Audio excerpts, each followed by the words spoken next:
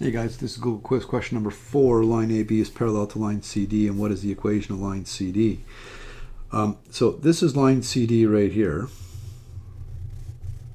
and this is the one that we want to know the equation for. And in order to get the equation of a line, we need y equals ax plus b. My God, we know that by now.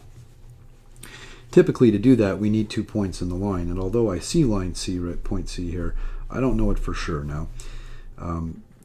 It looks very much like it's going to be 0, 4, and probably is 0, 4, but the point of this question is really to show you what happens when we don't know for sure what the point is. So we only know 1 point in line CD, and it's 16, negative 2. Not enough to calculate A, never mind B. But what we do know is that line AB is parallel to line CD, and that means that the slope of this line here, this A, is the negative reciprocal slope of this one over here. In other words, we can get the A by getting this A and doing that little crazy fraction thing.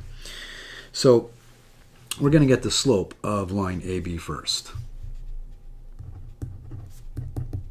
All right, slope of line AB. That's the symbol for line AB. And line AB has 2 points in it, 3, negative 4, and 9, 12. And we got those off the graph. They're labeled for us, so that's what we're going to use. And this is my x1 and my y1, and here's my x2 and my y2. And now I can get that slope really easily. It's going to be 12 minus negative 4. Double negative there, be careful, and 9 minus 3. y2 minus y1 over x2 minus x1. That's going to be 16 over 6, which is 2.6 repeating. Don't forget the repeating sign. We've said that a bunch of times. It's going to change your answer if you don't. If you round that off too quickly, you're going to really warp your answer.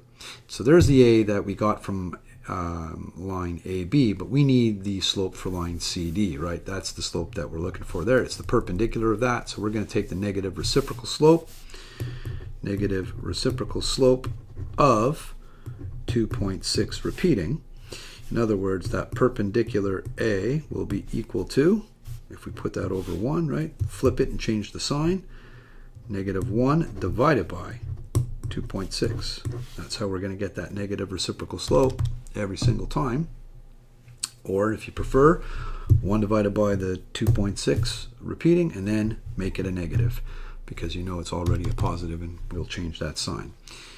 Negative 1 divided by 2 point, please, for the love of Pete, put those 6's in there, and there's our negative 0.375. There is the slope of our new line. Now what we don't have for the new line is the B, right? We got the A, 0.0375. Oh, sorry, 0.375. We need the B. And we're going to get that with the point that we know that's in that line. Don't use A or B now. Now's the time to use point D, because we know it. So point D is 16, negative 2. And now we can go y equals ax plus b. We have our negative reciprocal slope, and we have an x and we have a y. Negative 2 is equal to negative 0.375 times x, which is 16, plus b. I'm going to do that multiplication there. Negative 0.375 times 16 leaves me with negative 6. So negative 2 is equal to negative 6 plus b. Add 6 to both sides. Negative 2 plus 6 is 4, is my b. So my equation